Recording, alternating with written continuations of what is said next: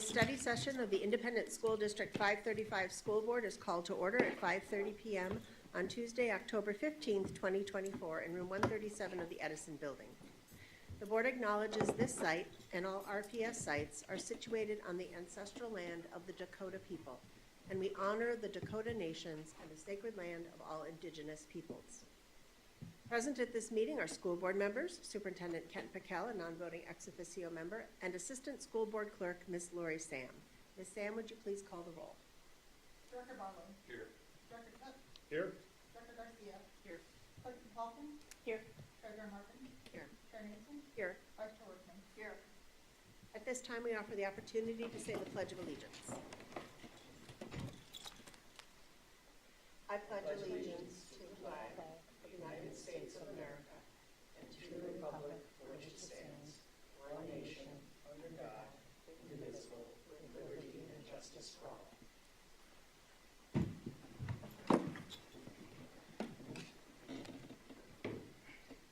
Item 2.1 is approval of the agenda. Are there any changes to the agenda? Move approval. Second. It has been moved and seconded to approve the agenda. All those in favor say aye. Aye. Any opposed? The agenda has been approved. The agenda and documents for this meeting are available online at rochesterschools.org/assembly. This meeting is being live streamed on youtube.com/ISD535, and the recording of the meeting will also be posted following completion of the meeting. Our focus topic tonight is How Money Matters for Schools, Review of Recent Research. Superintendent Pickell. Thank you, Chair Nathan, and board members and colleagues. This is really a genuine study session insofar as there is no immediate decision before us, but I think the subject is relevant for two issues that I know are much on our minds. One, of course, is the referendum that is about resources for our school district and our students.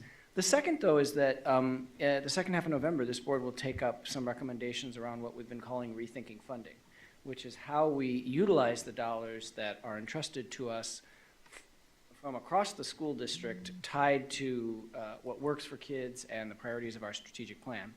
And so as I was talking with the chair and vice chair, we thought we ought to schedule an opportunity to dig in to some of the not voluminous but sufficiently large body of research on the connections between funding and student outcomes before we get into, of course, the final weeks of the referendum decision that the voters will make, and then especially as we look to the discussion about how we use our resources in Rochester Public Schools beyond that point. And so I looked for a number of different resources that we could utilize that were sufficiently detailed and recent and grounded in the research, but not so detailed that everybody's eyes would glaze over and that we would need to read multiple papers to deal with the fact that, as is always the case, there are contradictions among the researchers who look at these things. And so I would suggest that probably the country's preeminent organization right now that puts together research on education that has got a policy and a practice focus is the Learning Policy Institute, and they're based in California. And they work with a network of researchers, the vast majority of whom are based at universities, to look at a wide array of issues. We've looked at their work on restorative practice. We've looked at their work on student engagement. And in this instance, they contracted with Dr. Bruce Baker to put together a practical synthesis of the research. As board members know from some of our previous studies, in the research world, there are individual studies that individual researchers do, and then periodically, someone does what's called a meta-analysis, where they look at the conclusions from all of the studies and they statistically try and draw some broad conclusions. The report that we're using for tonight's study session by Dr. Baker is not a meta-analysis, but it draws on several of them. So it's almost a summary of the summaries of the studies. So what I want to try and do is give a brief overview of what I saw as some key points. And then our subject tonight really is just to spend some time in what you saw both in this review of the research and especially what are the issues that board members would like us to be attentive to as we go into the work that we'll be doing together on resource allocation this fall. And for those who are watching, I do think it's relevant for the decision that the community will be making in the weeks ahead on November 5th. So with that, there you have the report, How Money Matters for Schools. I should add that another reason I chose this is because it's free and it's available on the web. A lot of studies are behind a paywall, which is very frustrating to those of us who have done peer-reviewed research, because you want to get it out there, but the way that they pay for those journals is by making people pay for access. And so one of the missions of the Learning Policy Institute is to not do that, but to make it widely available. So anybody who's out there and interested in this report not only can download the long report, but they also usually do a brief summary of the research for people who don't have time to delve into the details. So I wanted to start with a couple additional quotes and then one from another researcher that's very important to Dr. Baker's analysis that really gets at this idea that money doesn't matter in K-12 education. And this is actually an idea that I've encountered frequently over the several decades of my career. It is often made when people show a chart that shows funding increasing and maybe test scores declining, and they draw a conclusion that therefore money doesn't work. And in fact, as Dr. Baker describes in this report, those are often completely separate data sets. They're often connecting dots that simply don't connect in practice. We know that causation is very different than correlation. Just because two things go together or move in opposite directions at the same pace doesn't mean one causes the other. It would be like saying the sun rises because the rooster gets up and crows in the morning, as opposed to those two things go together and the causation actually likely works the other way around. So here you have a quote from former Minnesota Governor Jesse Ventura. I want our educators to convince me that more money is going to mean a better education for kids, and I don't think they can do that. And I picked Governor Ventura's quote from the dustbin of history because as many of the referendum presentations I've been doing around the community have noted, in 2003, Minnesota made a very big decision, which was to move the great majority of funding for K-12 education to the state level. The premise of that was that it would be more equitable across school districts and that the state would ensure adequacy. As we know, the general fund, the main source of funding for K-12, has not increased at the rate of inflation. If it had, we'd have 18.6% more per student than we do today, and I'm not sure a referendum would be on the ballot. But going back to the years, that was a point Jesse Ventura made. It was a point that our Secretary of Education, Betsy DeVos, made when she said the notion that spending more money is going to bring about different results is ill-placed and ill-advised. It hasn't worked in the past. And then, as Bruce Baker really uses as a linchpin for the report that board members read, a very prominent researcher at the Hoover Institution at Stanford University, Eric Hanishek, whose work I've used in other contexts, did a meta-analysis of the research about 20 years ago. And this was an important step on his, Dr. Hanishek's side, because nobody had really done that. And there was a very famous report in the 1960s called the Coleman Report that really suggested schools can do very little to influence student learning and everything is in the home. And that started really a couple of decades of almost suggesting that it is purely socioeconomic and family factors that influence student learning, not what's happening in the home.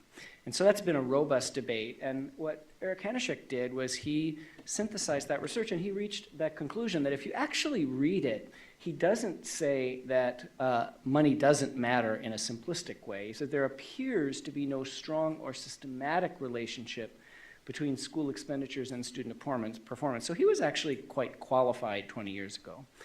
Well, as Bruce Baker outlines in this report, and as if you dig into the research, there were several much more rigorous reviews of the research, including a reanalysis of Dr. Hanishek's data, that found that that conclusion is simply not correct. That in fact, there are very strong associations between increases in school funding and student outcomes in an array of areas. So Bruce Baker's key conclusion in this report, and again, I chose this because I think it's representative broadly of the field, was this: for decades, some politicians and pundits have argued that money does not make a difference for school outcomes. While it is certainly possible to spend money poorly, this viewpoint is strongly contradicted by a large body of evidence from rigorous empirical research. A thorough review of research on the role of money in determining school quality leads to the following three conclusions, and these are the main linchpins of Dr. Baker's argument in this paper. First, on balance, in direct tests of the relationship between financial resources and student outcomes, money matters. We see that there is a strong, statistically significant association, if not strong, at least moderate. Second, schooling resources that cost money are positively associated with school outcomes, that things that work aren't free. And then finally, sustained improvements to the level and sustained improvements to the level and distribution of funding across local public school districts lead to improvements in the level and distribution of student outcomes. There's a side of the analysis in this paper that really is about state level funding, but I think the arguments hold true for school districts, and there are many studies that he cites that are district level studies here too. Another thing that I liked about this report, which is why I chose it, is that he has a very simple, but I don't think incorrect, theory of action. I'm getting one step ahead. I pulled one study from the many studies that are reviewed in this report to highlight. Kirabu Jackson and two other economists in 2015 did a major analysis of the impact of state finance reforms, because states over the last several decades have periodically made big investments in K-12 education. And when they looked at the impact of those reforms, they found that increasing per pupil spending by 10% from kindergarten through 12th grades, and so meaning you do this across the age spectrum, increases the probability of high school graduation by 7 percentage points, increases that for low-income kids by 10 percentage points, actually is sustained into the workforce during young adulthood and translates into a 9.6% increase in hourly wages, and then a substantial decrease in adult poverty rates. And that was an important, rigorous, large data set study that looked at the impact of money on graduation rates and employment. So, as I was just going to say, I pulled this study also because it has a very simple, but I think broadly correct theory of action that undergirds this. And this may be something that we actually want to pull out as we get into the rethinking funding work and other things. And the reason you do a theory like this is that when you're dealing with really complex decisions, as this board will ultimately do when we think about rethinking funding, it helps to have a guiding, what we'd call a schematic, a way to organize all of that information into something that is comprehensible. And so here you can see in Bruce Baker's conceptual map, you've got your state and local wealth and income, how much money you have at the school district level or the community level and your state level. Then on the bottom, you've got the fiscal effort, how much you decide to spend on education. And those two things can be very different. You could have a very affluent community that doesn't spend much. You could have a low-income community that spends a lot proportionally, and everything in between. And so from those two things, the level of income that you have at the state or local level and the effort that you decide to dedicate to education, you get your revenue, the funding that you have available. And so the revenue then, as we shift into the expenditure side, gives you first your current operating expenditure, what your actual expenses are, and that of course is what John Carlson and his colleagues give the board every meeting, and what you look at in a very deep way every spring and summer as you approve the budget. At the top, and again, this is really unique to education. If you were in a manufacturing business, this side of the graph would look very different. We are a people enterprise. 85% of our expenditures are people.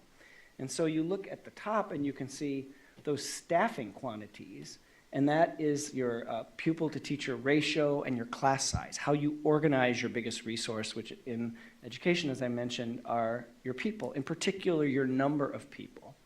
And then there at the bottom is your staffing quality, the caliber of the people. And because these are economic studies, the primary determinant in their view is the wage.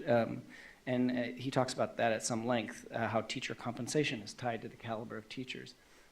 And I think the really important thing in this theory is that there are trade-offs there between those two. And I think this is something certainly in Rochester that we have seen as the board put us on a path to financial sustainability that has caused the district to cut $21 million on 156 positions. You did that while also making prudent investments in compensation and benefits for our employee groups. And so I think this board has been trying to get that balance right.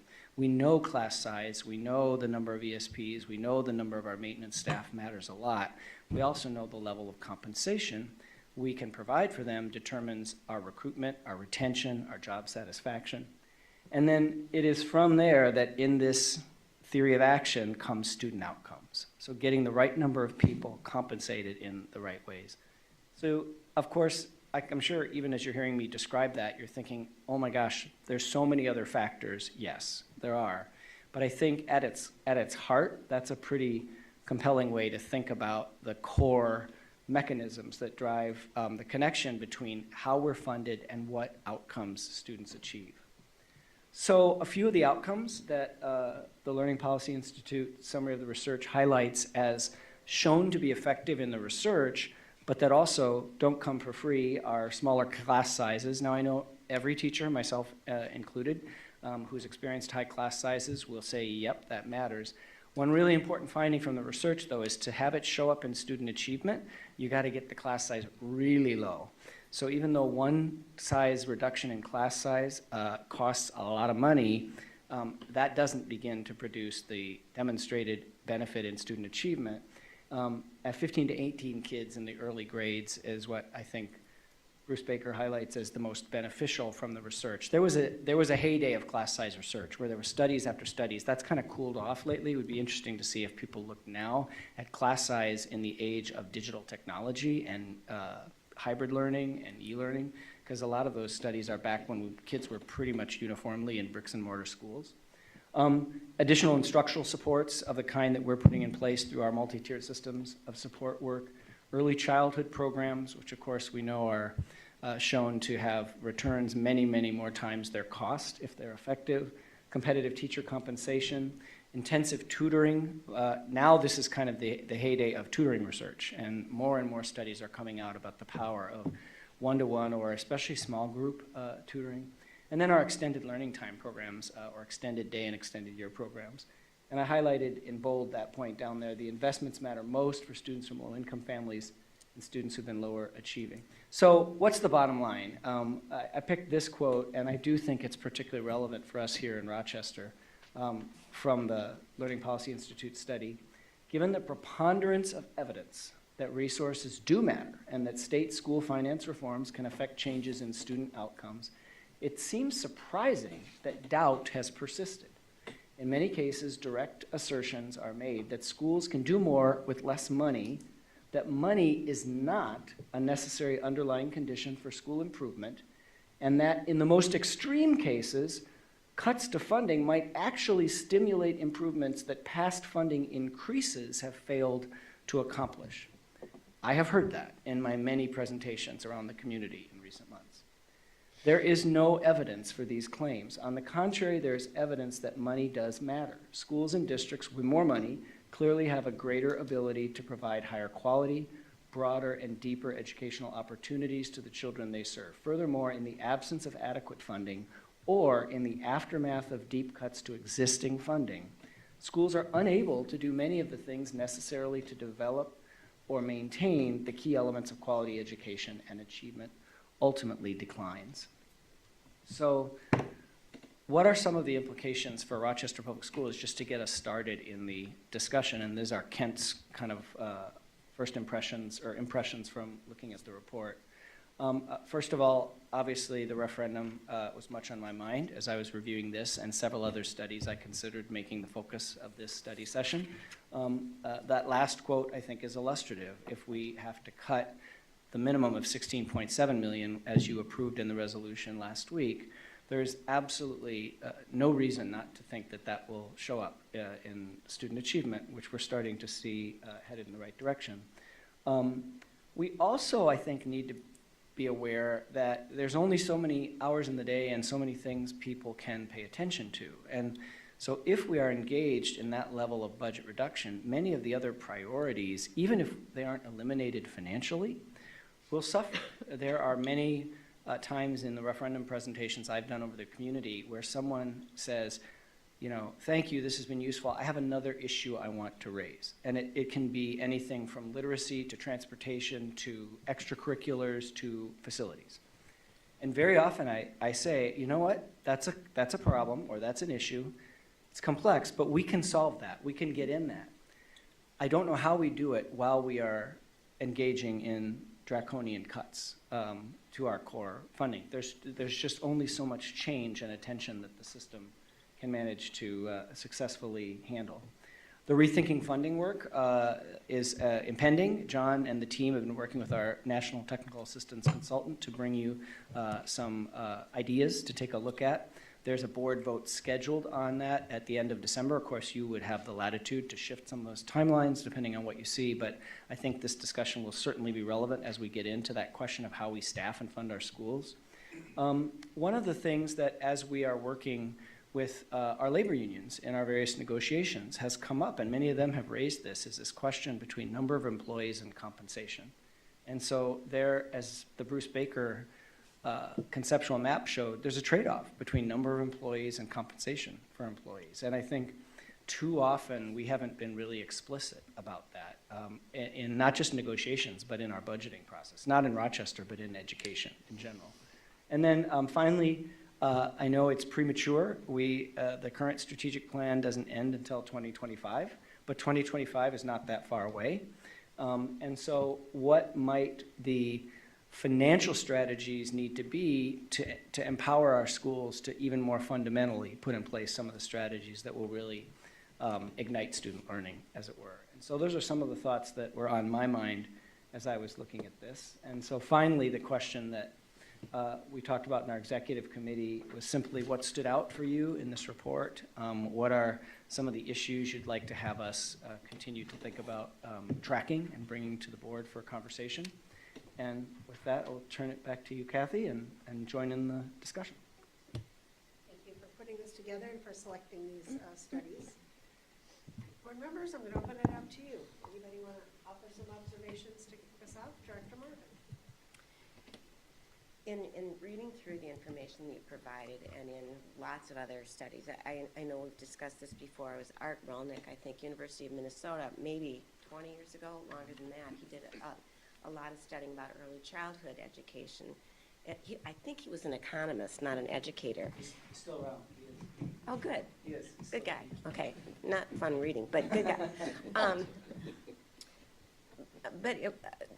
For me, it was so interesting that he was talking about how investing in early childhood education was not only good for the kids, but it was good for the economy and the return on investment you get from putting money early on into those kids, that it continued and it made for a better community. And I think this is what, for me, stood out so much in looking at this kind of information, is that investing in our kids is good for them and their future, but it's also smart for a community because we end up saving money later on when more students do better, when they need fewer services, when they graduate on time, and when they come prepared to do the jobs that we need them to do. And then in the information you provided, Linda Darling-Hammond, who wrote a preface to one of the reports there, she said, a society that invests in its children, a society that invests in its children reaps real and lasting economic and social benefits. So we do this for the kids, but even those of us who don't have kids in school, we do it for the community we live in. I mean, it's better for everybody, and I think it's a win-win. All of the writers, all the researchers, though, say, as you pointed out, it makes a difference where you invest the money in education. It has to be thoughtful investment. And I know that we are, you have been for quite some time, Mr. Carlson's been very involved in this, looking at where the best investments would be. But I just think this is really timely and really important. Dr. Wickland? So a long time ago, decades ago, I remember my father saying to me, you know, money won't solve all of your problems, but not having money will make your problems worse.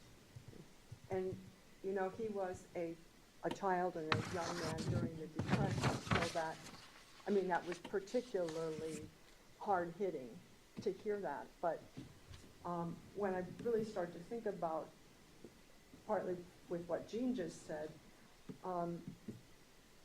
is that it, you know, when we all do better, we all do better. And the whole boat and rising tides and all of that. But on one of those slides you showed earlier, Kent, it was, what was it, 9.6% higher wages. Mhm. You know, and so once you have the means to make things better, then you can. But the caveat to that, of course, is, are we doing it wisely? And how do we know if we're doing it wisely? We have to evaluate, is this working? Is Right. this, are we getting these outcomes? And I think this is something that we've really seen with our strategic plan, is that we're getting to that stage where we can really have a deep dive into, is our money spent better here or here? And I really echo what Jean said about early childhood education. You know, I mean, you know, that 0 to 5 is so critically important, and we all need to be involved in that. I mean, as a society.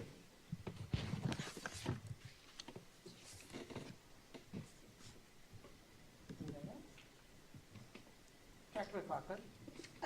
Dr. McCall, I actually have a question that it kind of related to something you said earlier in the summary that you gave us, the brief. Talks about the best evidence shows that money spent wisely has a significant impact on positive student outcomes. How are you addressing that in the referendum discussions or more broadly? How do we establish for our community that we are? I'm very confident we're spending it wisely, but how do we share that with the broader community? Yeah, thank you, Dr. McLaughlin. It's a great question. Somewhat to my surprise, there's nothing in statute or in law that requires a school district to tell the community or name the specific expenditures that would be in an operating referendum. You could simply say we need X amount of money and see if the voters will approve it. I think what this board has put before the voters on November 5th is the opposite of that. It is a very, very specific plan that is tied to 4 key areas of our work, many of which track with some of the initiatives that were highlighted in the report.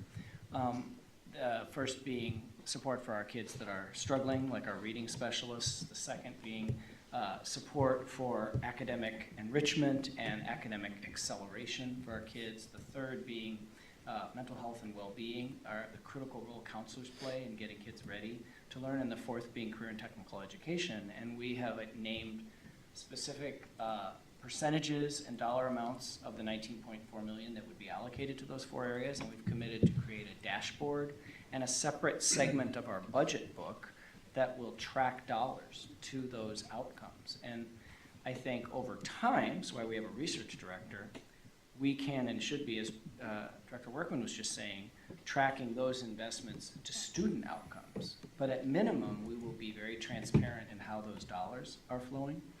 So I think that's a critical way. The larger point of how we make sure those dollars are used effectively is that we continue to do what this district has been doing for a number of years, which is being scrupulous in how we maintain our financial processes in general. Because while the referendum is a significant amount of money, the larger amount of money is the general fund and the compensatory education revenue we get and the special education revenue we get. And so we need to treat all of our dollars with that level of scrutiny. I think it's one reason why this board's creation of our Community Budget Advisory Committee is a really important step. They really spent their first year learning K-12 finance, and I think that going forward will be another effort. As you probably remember, one of the rethinking funding principles that you approved is to allocate resources toward what's meeting student needs in a very direct way. And I think that's the work that's ahead of us, is really understanding with precision kids' educational needs and allocating staffing and resources toward those identified needs. And so that will be, I think, a key aspect, not just of evaluating how the referendum goes, but how the rest of our funding works going forward. So does that start to get at some of the issues? I think it does, but I think and I appreciate what you're talking about, but that seems to be talking about if the referendum passes and moving forward. I'm more concerned about what people have a perception of past fiscal management. Okay.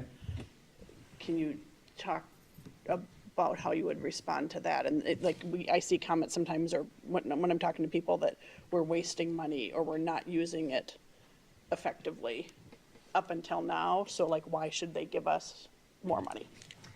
So I can speak to the 3 years I've been here. And the 3 years I've been here, we've got $21 million, 156 positions. We would have continued that had Mayo Clinic not stepped in and had we not given ourselves the time to develop the plan that's before the voters November 5th with stability. And so I think our money is where our mouth is, or our mouth is where our money is, however it should go. We have shown that we have put the district on that path. We've continued to look at hard issues like school capacity. One of the questions that we thought about last year during the attendance options redesign, and that we need to continue to think about, is where do enrollments need to be in our schools to make sure that they are viable and can offer a high quality educational program to kids. There are school districts all over the country and in this state that end up subsidizing schools that simply don't have enough kids to pay for the programming that exists there. We do not have that in Rochester. And so another way that we'll be building that in is that we will make sure in our rethinking funding proposals to you, we have got school capacity measures that would allow the board quite clearly to monitor if that's happening and take steps to avoid what happens, which is where you dilute the resources that are available to educate all kids to keep open schools that don't have enough students to actually cover their costs. That's a going forward strategy. I think the audits that we have had make very clear that there is no unseen pot of money that is not there. We regularly get very detailed emails from citizens who've looked at our budget book, which is great. I got one the other day from a middle school student who was at Dakota Middle School asking a strikingly specific question about our budget book. And I love that. And so we're very transparent in those efforts. I do hear some of the same things that you are hearing about decisions prior to when I was here. And it's frustrating as a leader to not be able to speak to those things in a more direct way. I do feel very confident about the decisions that we're making now, and I welcome being held accountable for those decisions. Thank you. Dr. Barlow? Well, I'm somewhat intrigued by the theory of action, in particular student outcomes.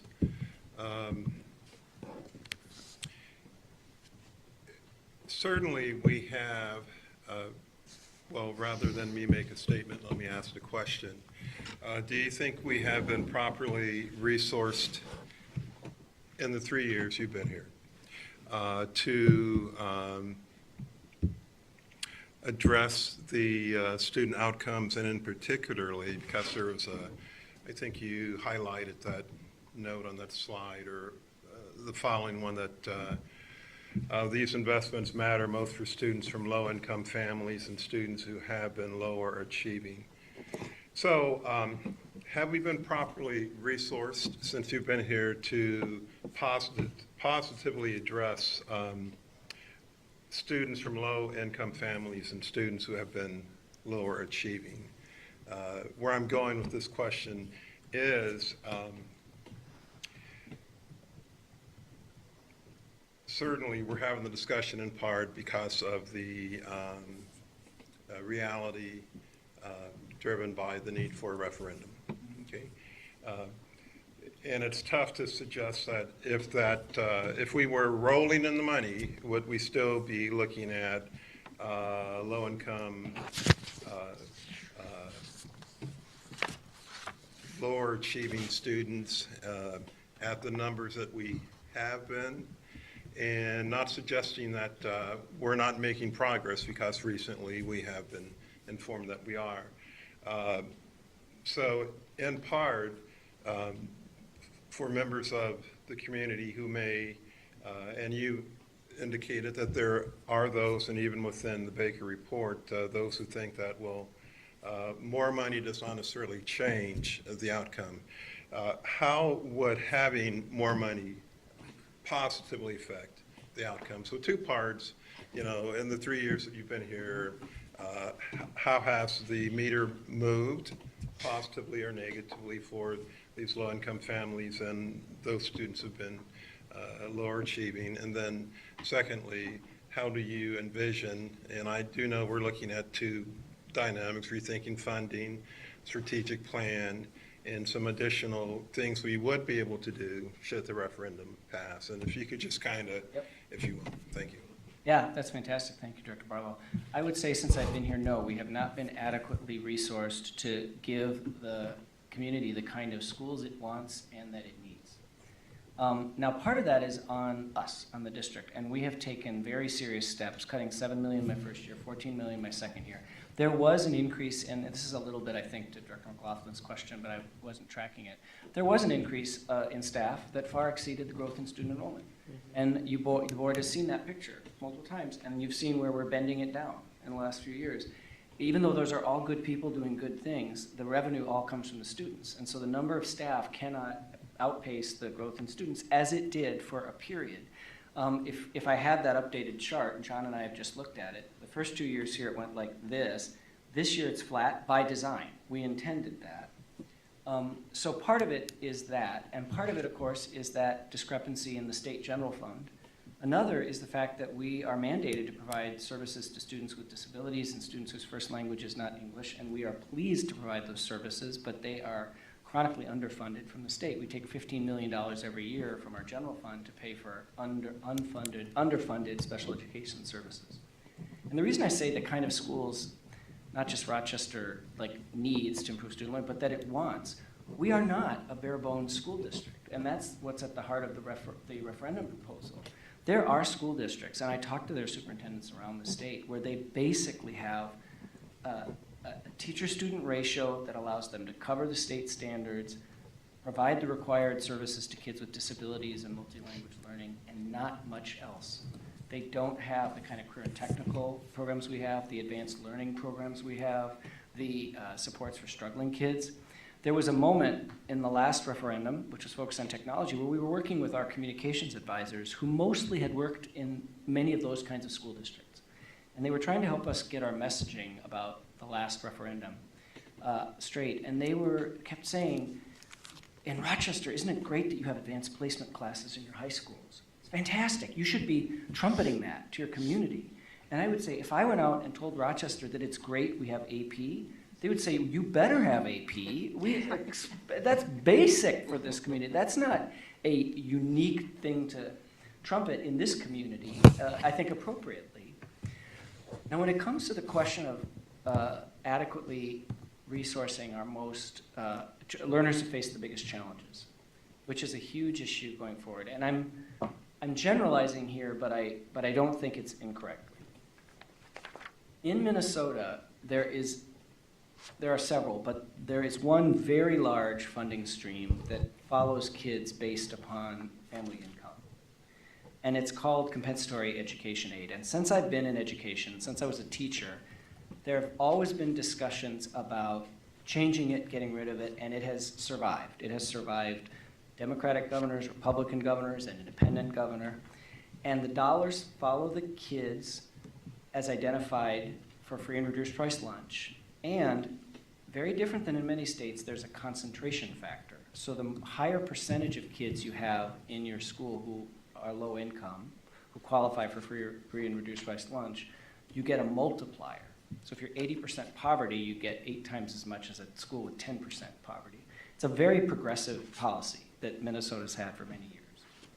And I think on the whole, it's a good policy. Some of our schools, and I'm just going to name one that I know many board members think of, Riverside, because of the percentage of students who meet that qualification, has, I believe, been adequately funded to serve the students that they've had. Now, there are some enrollment challenges that anyone from that school would say have been an issue, and that's one reason why we've moved the Spanish immersion program into that building.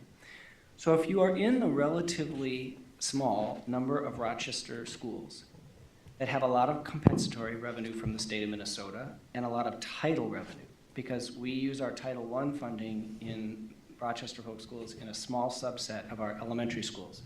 We, on the whole, except if it's 75% poverty or higher, where the feds require it, we don't spend it at middle school or high school. So to your question, Dr. Barlow, and I said this was going to be a long answer way down in the weeds. In the small subset of our schools that have a lot of compensatory revenue and a lot of title revenue, I do think we've been adequately resourced to serve our highest need kids. Now, whether we have been always using those resources really effectively is the work ahead of us. That's why we're doing MTSS, that's why we're doing FastBridge. The challenge is we have got far beyond that subset of our schools that receive a lot of those categorical dollars, the same high need kids. We have those kids in our other schools where they're in much lower percentages. I'm very concerned about our ability to resource programming for those kids because we don't have those large categorical dollars going into those schools.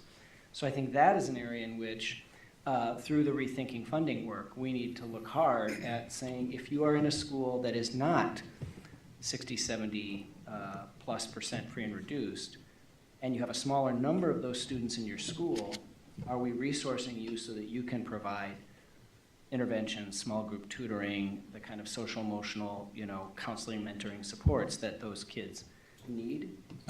So that's an issue that we're grappling with a lot. I don't know if, John, there's anything, I don't mean to put you on the spot in terms of either correcting or jumping in, but I say that to all the other cabinet folks here, but that we have a concentration of schools, a subset that I think have had the money, and now the work is to be sure the strategies are adequately addressing those kids' needs.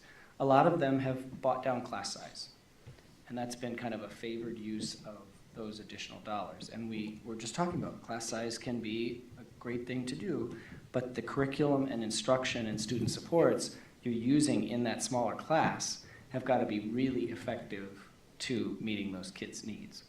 So thank you for a chance to kind of go down that rabbit hole.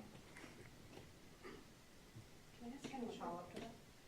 What you're talking about there in those schools that don't get that extra funding but still have the challenges, and I know you weren't here then, but does the data show that that predates the pandemic? Yes. Okay. Mm-hmm. So it's not like younger No. kids are coming in struggling and that the fourth and fifth graders who were already in school are not having those same issues? We've seen an increase in academic challenge and in impulse control and attention and all of those things. And we're seeing right now as really the last group of kids that were infants and toddlers during the pandemic are coming into our kindergartners, first grades. We are absolutely seeing the impact of that. But the funding stream, besides the federal COVID money that was with us for a period and now is gone, the funding stream was constant in Minnesota across those years. Okay, thank you. Well, when I looked at this study, of course, like most everything, I thought about it in terms of the referendum proposal and the investments that we've talked about putting the referendum money toward. I found it interesting that the 10% increase in per pupil spending was 10% that was studied. And what we're asking for in the referendum is less than 10%. It's more like 7.8 in our per student funding. And that another part of the study said that if you could do a 21% increase in spending, you could close the achievement gap. So in terms of proportionality or adequacy of what we're asking for what we need to close our budget deficit. It's in the range, slightly lower than what the studies are saying can really have an impact. It's not in the range of that which I think is our goal, which is to close the achievement gap entirely. So that's some perspective about where the reality of RPS is in line with these studies. I also thought it was interesting that in the Jackson study, it talked about the investment being in all grades K through 12. That it wasn't good enough to just put money into early childhood or kindergarten or third grade or sixth grade or 10th grade. It had to be an investment across K-12. And that's why I think the plan that the superintendent brought to us that we've brought to the voters is investments across K-12. But we are able to tell our community it would be for 10 years. Because it would not get us any outcome improvements if we were just to ask for 19.4 million for 1 year. Because the second year through the 10th year, we would still be looking for that 19.4 million. So that sustainability across time, the research shows that that's important, but I think we're also making that case to our community with the referendum. The class sizes that would be maintained in our referendum aren't 15 to 18 students. But to increase our current targets by 3, get us much farther away from that 15 to 18 students. And I don't think, I mean, we know how much it costs to reduce class size by 1. We've talked about that over the years. That's not what we're able to accomplish with this money, but it would be going in the wrong direction if we had to increase class sizes and get farther away from that 15 to 18 ideal. I also thought that the last slide, the bottom line, if Bruce Baker were speaking to our community about our referendum, we could just send him out with that slide. And I appreciate what you said, Superintendent, about the school district that this community wants and needs, and what we consider to be basic, what we consider to be foundational, and it's not bare bones. And I'm just going to read it again because I think it's really impactful. Schools and districts with more money clearly have a greater ability to provide higher quality, broader and deeper educational opportunities to the children they serve. Furthermore, in the absence of adequate funding or in the aftermath of deep cuts to existing funding, schools are unable to do many of the things necessary to develop or maintain the key elements of quality education, and achievement ultimately declines. And I know I've mentioned this before, it's my soapbox, but I've seen the history of this district make reductions when we face budget deficits before. And we are, because of those cuts, we are unable to do not just many of the things necessary, but many of the things this community has wanted us to have in our schools. And we are no longer able to do those, and they don't come back. Just like in this referendum, I think it's fair to say that if it doesn't pass, and we make the cuts that we've directed you to prepare and some additional cuts to get to the 19.4 million, they're not going to come back unless we find a funding source and go through this whole cycle of of either getting funding from the state, which is unlikely, or asking our community again for a referendum. So this tale that Bruce Baker puts together when he looks at all these studies is the story of the past, budget cuts in RPS, and I don't want it to be the story of the future. So I really appreciate having this academic foundation and seeing what other districts have experienced and the studies from other districts, and to really have it validate where we're at today and the kinds of decisions our community can make. Director Cook. I really appreciated this framework, and I kind of went down some tangents, I guess, thinking about what the implications are for RPS and what the takeaways are here. And for a while, it was actually Dr. Hanishek went on, and you're probably aware, 10 years after that quote that you provided, he looked at the next question of, aside from how does money influence student outcomes, how do student outcomes influence the economic fortunes of a community, and came up with an astounding projection of $76 trillion in latent economic potential nationwide, just by the modest goal of getting every student in the country to achieve at the same level as the highest state, which at that time was Minnesota, interestingly. But And I thought, wow, that's, you know, that, and also the full economic potential represented there was more than the entirety of all state and local spending on education. So the return on investment kind of speaks for itself. But school boards, or at least this school board, is not really in the business of trying to optimize the future human capital of the workforce of our community or our state or our nation or whatever. I think it's an important consideration to keep in mind of, you know, how much our investments here will influence the future of our community and what way. But our policies and really state law instructs us to meet the needs of every single student. Our literacy policy says that the school district must adopt a local literacy plan to have every child reading at or above grade level every year, beginning in kindergarten. Similarly, you know, we have similar responsibilities for students with special education, and so our and multi-language learners and on and on. So the trade-offs that we're trying to optimize for aren't the ones that lead to the greatest economic growth or even that move the academic achievement in some aggregate way for the entire district, I don't think.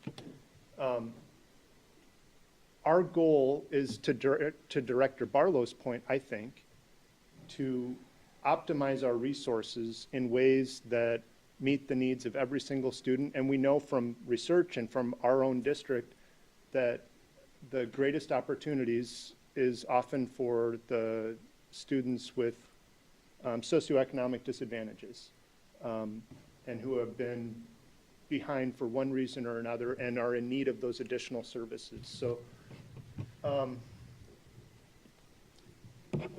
there isn't really a question in there, but I think in the spirit of this study session, I just wanted to share the way I was reflecting on this, and I'm not entirely sure yet how it is going to influence the way I think about the redesigning funding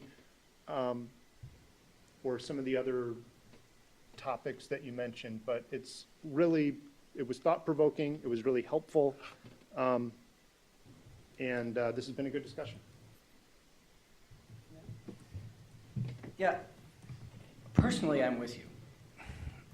In being out in particular over the last 6 months since the last, referendum didn't pass, well, since we've been dealing with the what next, I've realized, though, that there are a significant share in our community who need to know how funding our schools is in their enlightened self-interest. Mm-hmm.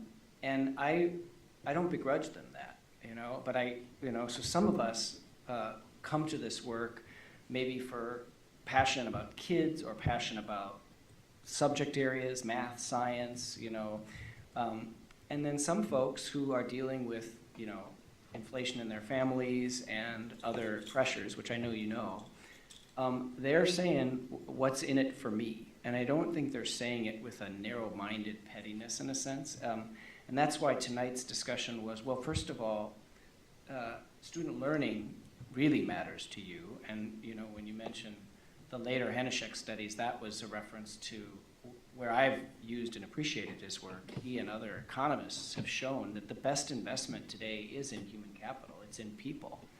And that is what produces community prosperity. And where better than Rochester can we see that? And not just people with the letters PhD and MD behind them at Mayo Clinic, but all of us who are, part of that.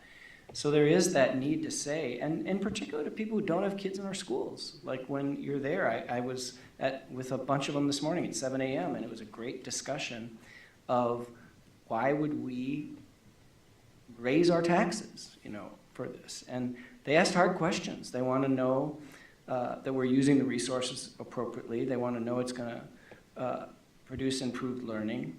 But there is the need to connect those dots, that people with higher levels of education are not only going to make higher incomes and contribute to economic growth, but they are more likely to be physically healthy and therefore require less medical care. They're more likely to vote and volunteer. They're more likely to have stable families. They're much less likely to commit crimes. They're much less likely to be on public assistance.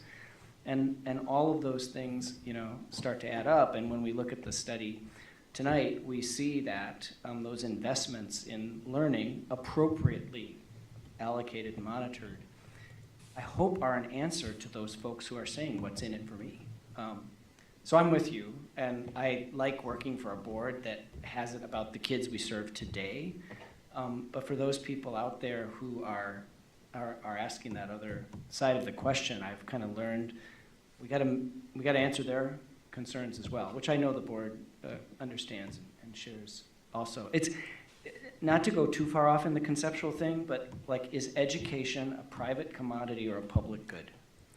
Is this something that there's a finite amount of and there's only so much we can get, and we want to get as much as we can for our kids, and anything another kid gets is probably coming from our approach? Well, the good news is there's not only so much math kids can learn. There's not only so much science kids can do. It is an inexhaustible resource if we do it right. And in American history, there is an extraordinary tradition of seeing education as a central public good, like building roads or fighting fires or fighting crime. I mean, nobody would want to live in a community where the fire department could only put out houses in one subset of the community.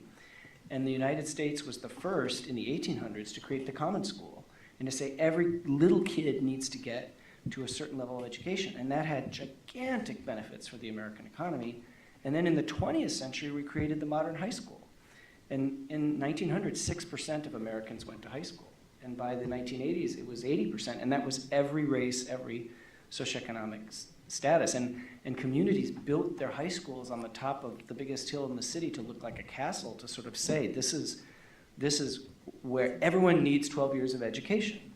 And I think there is some evidence today that this idea that education is a public good is breaking down. And that I think what you see in this paper from Bruce Baker and many other things is we will see a consequence to that in student achievement, which does, over time, affect our community prosperity and our stability as a community. And so I do believe, that's why when I say that Rochester Public Schools educates more than 3/4 of the kids in this community, which is not the case in the other largest cities in this state, it's an extraordinary responsibility that those families are trusting us with. But it also means that what happens in our classrooms is going to have a big impact on the stability and prosperity of our community in the future. I'd like to build on what Director Cook said, because you said it so succinctly that we're instructed to meet the need of every student. And I know that sometimes members of the community start paying attention to the work that we're doing only when it hits them in the pocketbook. So prior to us putting a referendum on the ballot and doing our information sharing, they may not have been part of the conversation on the strategic plan. But if I could have everyone in the community rewatch that MTSS presentation, where for the first time since I was a parent in this district or on the board, we had an outside organization take a look at precisely that. How are we structured to meet the needs of every student? And we saw some data that was hard to see in terms of the gaps of our ability to do that. But we also saw a path forward. And I look at some of the things that the referendum would fund, like the reading specialists and our community schools coordinators and our advanced learning teachers and the Project Lead the Way in the music positions and our school counselor positions and our post-secondary education. And I think about all the different students whose needs, some students' needs might have multiple needs met by multiple of those things. But I picture across the spectrum of all of our students, all of those people, because we're talking about people, are meeting the needs, the different needs of the different students in various ways. And I can't say it enough. We have a plan, And we have people who are committed to the plan in a way that, again, I've never seen before in this district. We just had a meeting yesterday where we heard some feedback from teachers about how difficult it was to start implementing the literacy curriculum. How many more hours it was taking them because they're starting from scratch. They're building their lessons. They're looking for their resources. But even with all that feedback, coupled with it was, but I'm really excited about this. I'm really excited about the material. I'm excited what we can do for kids. This is going to be great. We've got to keep the this is going to be great and the support for the people who are in those classrooms with those kids every day at the front of our minds, because they're the ones meeting the needs of the students. And we're the ones making the decision to get them those resources. And the community is going to make the decision as to what kind of money we have to do that. So I think that's a great thing, you know, in addition to our mission statement. I think that's a nice add-on tagline. So if every decision we make, we're always thinking about how does this meet the needs of students, we're going to be making the right decisions.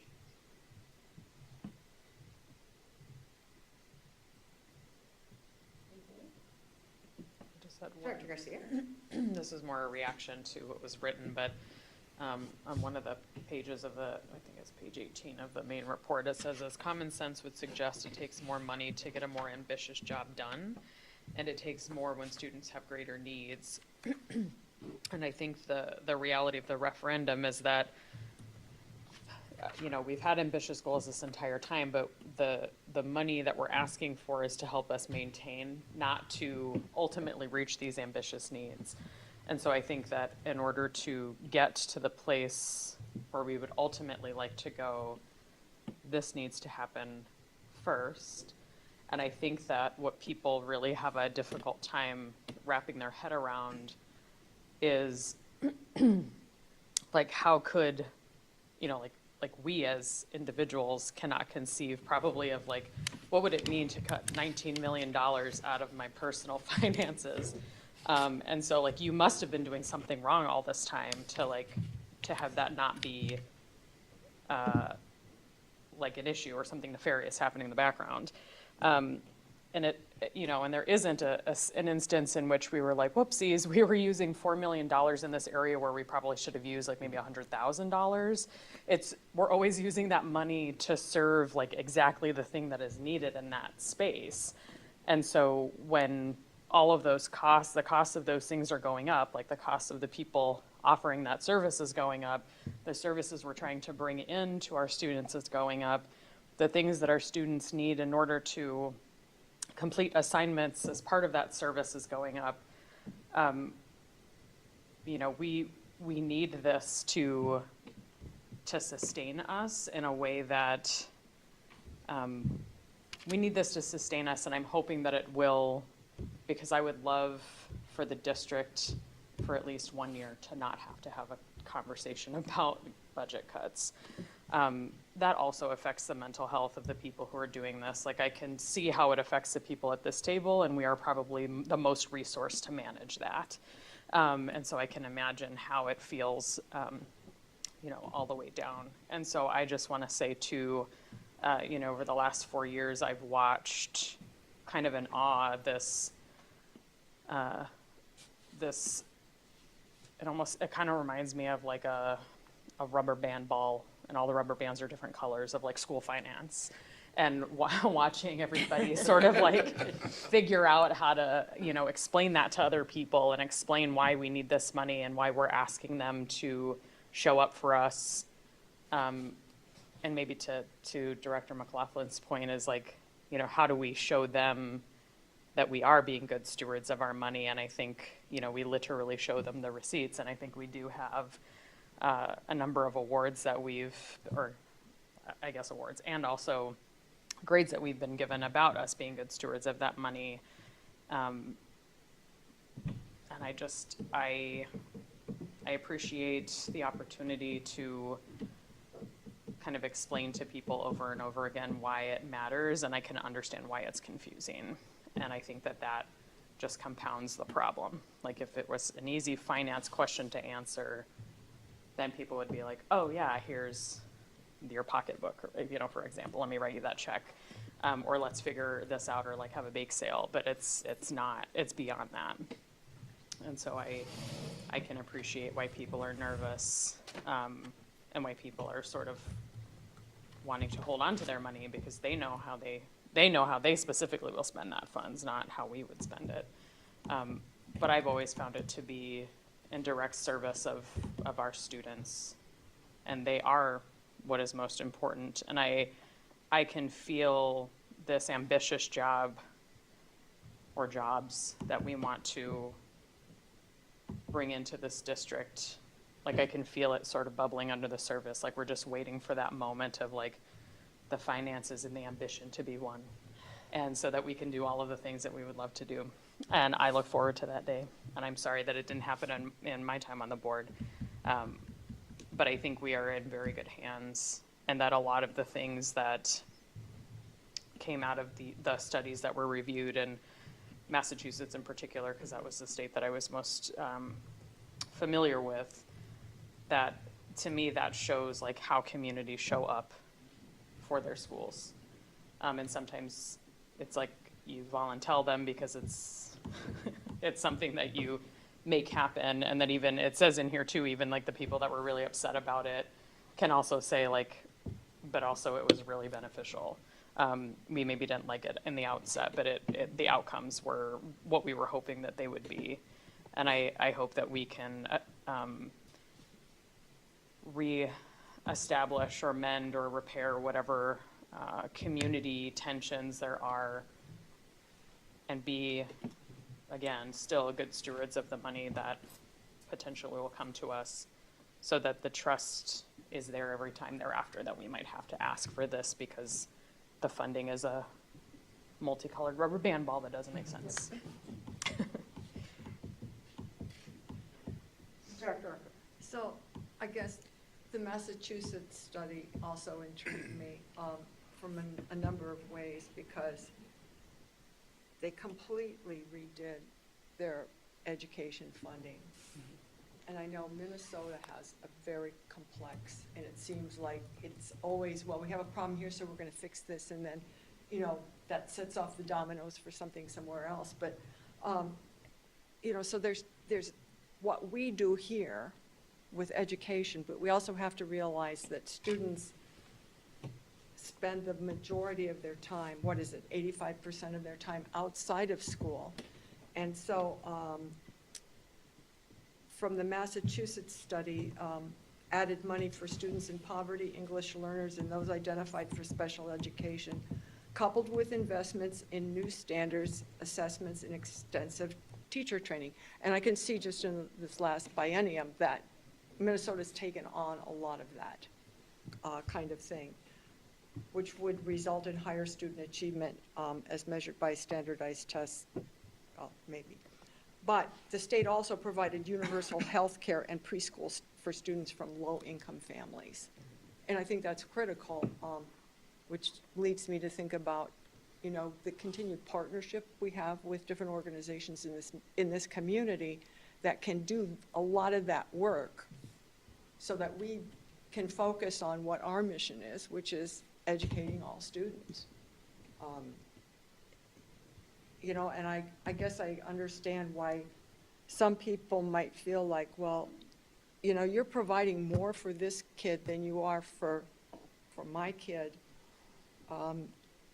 But it's like your kid already has what they need, and we're trying to bring all kids up to that. But there seems to be more of a, well, I've got mine, but who cares about you mentality that I hope we can, that in this community that we're working to change that kind of attitude. So I think our partnerships are really important. I think the work that we're doing here is really important.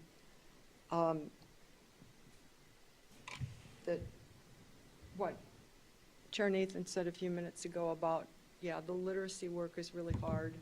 It's all new stuff, but my gosh, we're excited about it. So that, it's hard work, but it's also good work. And people can get excited about good work that's hard, as opposed to hard work that's not good. You know, those two things kind of hang together, so. Moving forward, I mean, I would like to see more, I don't know if it's more reporting of, you know, some of those community partnerships and what they're doing specifically that helps the community, but that also helps our kids. You know, if kids are coming to school hungry, they're not gonna learn. Oh, guess what? We feed kids breakfast and lunch now. You know, that's gonna have an impact. But, well, it's not fair. I'm not sure what's not fair about that, but, it's something we needed to do. It is, and just super briefly, Madam Chair, what Massachusetts accomplished in the 90s and 2000s was absolutely stunning. And they sustained it through Republican and Democratic governors, 4 of them. And the report says they became the highest performing state in the US from a place that was very similar to Minnesota. They left us in the dust. They became one of the highest performing systems in the world. And now they've fallen off. Like nothing's forever. But I'm glad, you know, Dr. Garcia, that you highlighted that, because Massachusetts is a lot like Minnesota in a lot of ways. We're not here to talk about state policy as much as it influences us, but it is really stunning what they achieved, because it wasn't just the money, it was their testing system, their standards, their supports that they did. It really was a quite extraordinary tenure. So we can do that here. I'm just focused on Rochester. Massachusetts, you know, Massachusetts and Minnesota, they're both M states, and they both have 4 syllables, so, I mean, There we go. you know, we're golden. If only. I want to go back to the need word again, because one of the quotes in the article was, the system, it costs more to achieve higher outcomes, and the system must provide sufficiently higher resources to ensure adequacy and equity in higher need, e.g. higher poverty settings, than in lower need settings. And Superintendent, you said that we want to be able to give Rochester the school district they want and that they need. And I think that there is some lack of understanding in our community about the level of need in our students. And I don't know how it would play into the rethinking funding, but it may just play into our decision-making if we had the data. I don't know how much more specific we could get other than by school, but on those categories of need that are more closely tied to how we spend our money. And maybe it's in the traditional categories we look at of our racial and ethnic groups and our special education and English learners. But I think it would just be good for us to have that data with us and for the community to know, because when I looked at the top 15 districts we've been comparing ourselves to, and our statistics on English learner and special education, we're in the top half or quarter of need. So our percentages in those areas are in the top half or even the top 2 or 3. So when we say we're getting the lowest funding from our voters, but we have students with among the highest needs of those 15 districts. And I think that's important to keep in mind when we're talking about how we're allocating the money. Yeah, we're not near the top. So, you know, I think it's true, and I don't want to take us too far into the rethinking funding point. And what I'm going to say might be, I know it would be in some urban areas controversial for us, and Rochester is urban. We don't think of ourselves as urban, we're a city. I am obsessively, passionately committed to serve advantaged families in this district. There's nothing wrong with being middle or upper income, and we want your children in this district. You are going to go somewhere else if we don't give you what you need for your kids. Well, maybe there's a few people, I wouldn't be one of them, who would sacrifice the education of their kids to some kind of a ideological belief. You're going to do what you need to do for your kids. Now, we must serve those kids who need more. We know we have an urgent priority. It's educational, moral, but we want to serve those families who have options as well. And we do. They're all here. We provide 75% of the the school district. We are, yes, serving some kids who have extraordinary needs, and we need to continue to do better, but we absolutely want to and must continue to serve those, families who do have other options. And that's why I love being in this district, because we have both challenges. And time and time and time again in American education in recent decades, we've seen that as an either or. You can serve really high need kids, or you can serve really, advantaged, and I don't say advantaged like it's a curse word. We want to do both, and we want to build integration. We want to have how often do our society across those two divides? How often do we interact with each other? Well, it happens in Rochester schools all the time, and we need to do more of it, and not evenly across our schools for sure. So yes, and we certainly can track that data, and yes, we do have the needs that any increasingly diverse community has. I think it's a strength. It requires additional investment, the quote Dr. Garcia was just reading, but I don't want anyone out there listening to think that we are not equally committed to be serving those, because the research is actually pretty clear. It's better for kids with huge needs to be in schools with kids from a wide range of backgrounds. Yes. That is a pretty conclusive finding. That is good for the kids who need the most to be in settings where there are kids who have less intensive needs for lots of different reasons. So, yes, and. Yes, and. Can I add to that? I'd also say that kids on that other end of the spectrum also have a need that needs Yeah. to be met. So it's really the same word. And when we look at like our MTSS model, when we get everything where we need it to be, when you're doing the tier 2 time, kids that need enrichment should be receiving enrichment. So you're actually looking at the needs of every single kid and meeting those needs. So you're not holding anybody back. You're just creating a system that really is responsive to all of the kids in front of you. So you've got the grade level standards that everybody's exposed to, and then when we call it intervention time, but really you're intervening either in an enrichment way or to kind of fill in some gaps. So yes, I think, and kids, especially like kids that are advanced learners, they have a very unique need that we do need to really think about how we service them completely differently. And I think there are many students who receive special ed services that are also advanced learners. And you can have multilingual learners that are in that. Like they're not all exclusive. There's a lot of overlap there as well. And I think how much we bring all that up depends on how we service kids and how we think about them and what we provide for them. Thank you. Yeah, I agree with that. So my brother is what you would consider a twice exceptional student. So he was pulled out for some things, and specifically around ADHD, but he was also very bright. And I was in what at that time was called gifted programming. And I think at the other end of the spectrum of my friends were kids that were maybe not as high achieving, or they wouldn't be getting enrichment. They would have been in spaces where the gaps were being filled.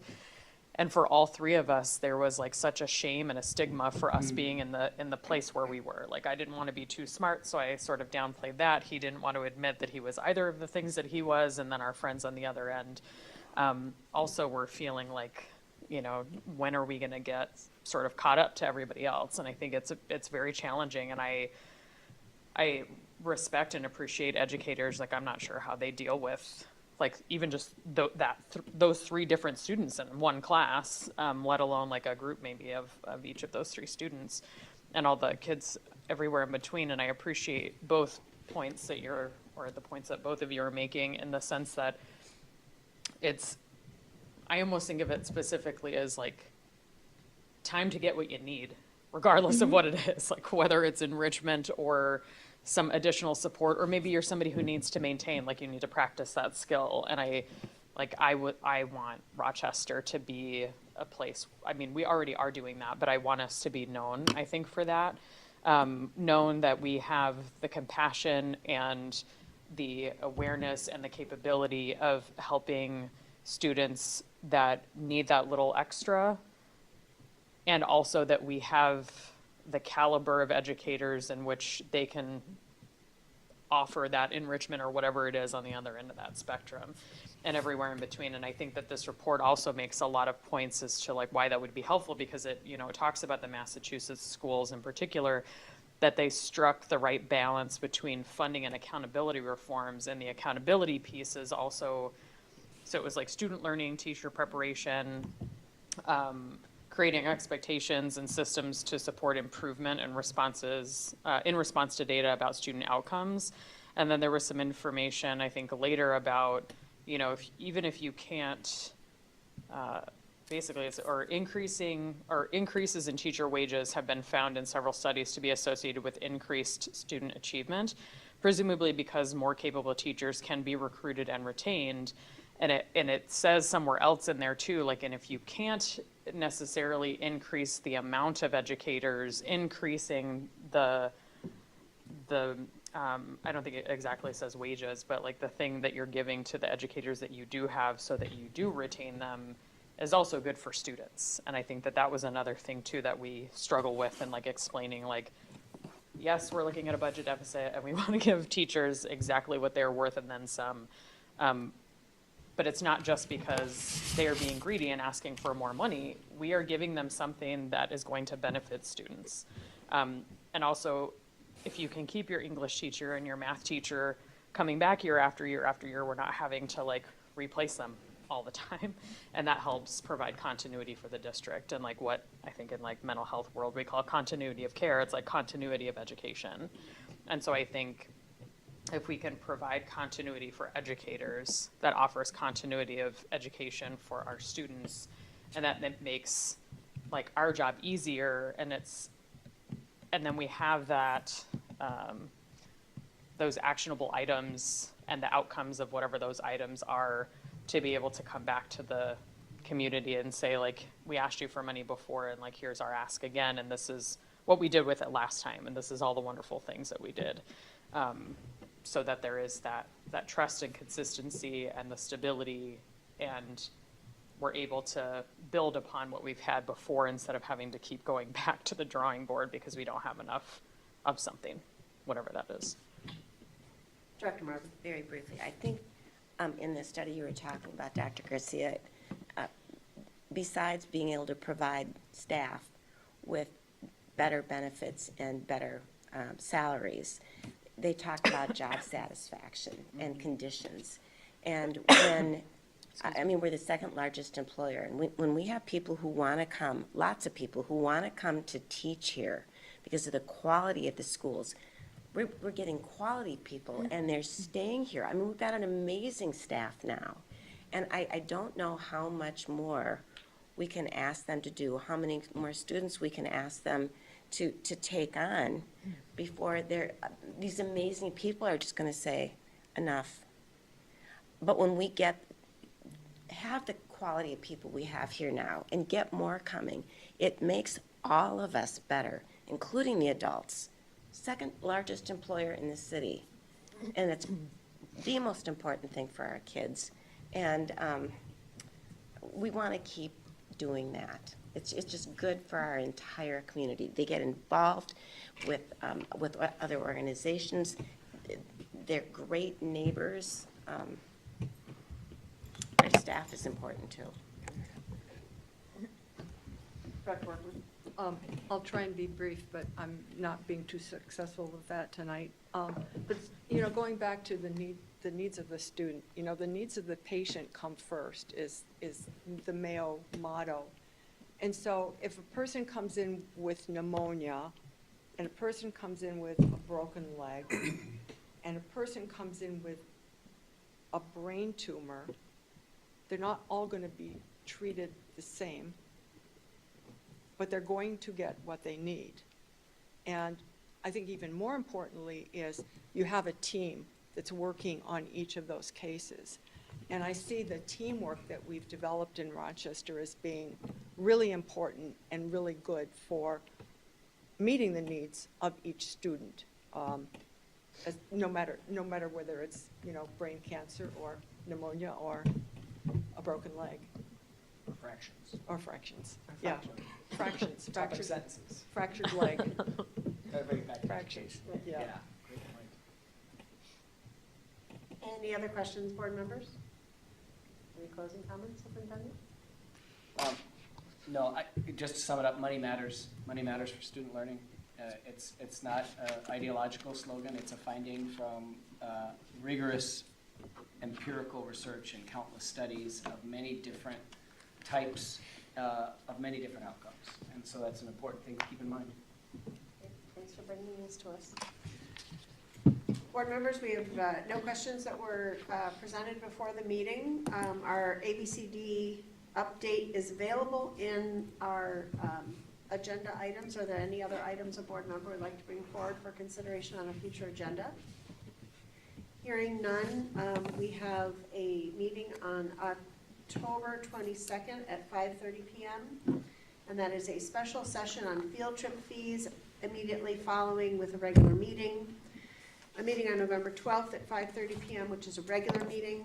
A meeting on November 19th at 5:30 p.m., which is a special session public hearing, formerly known as the World's Best Workforce and now called Comprehensive Achievement and Civic Readiness. Immediately following that special session will be a regular meeting, and then a meeting on December 3rd at 5:30 p.m., a regular meeting. And hearing no other business, this meeting is adjourned at 6:56 p.m.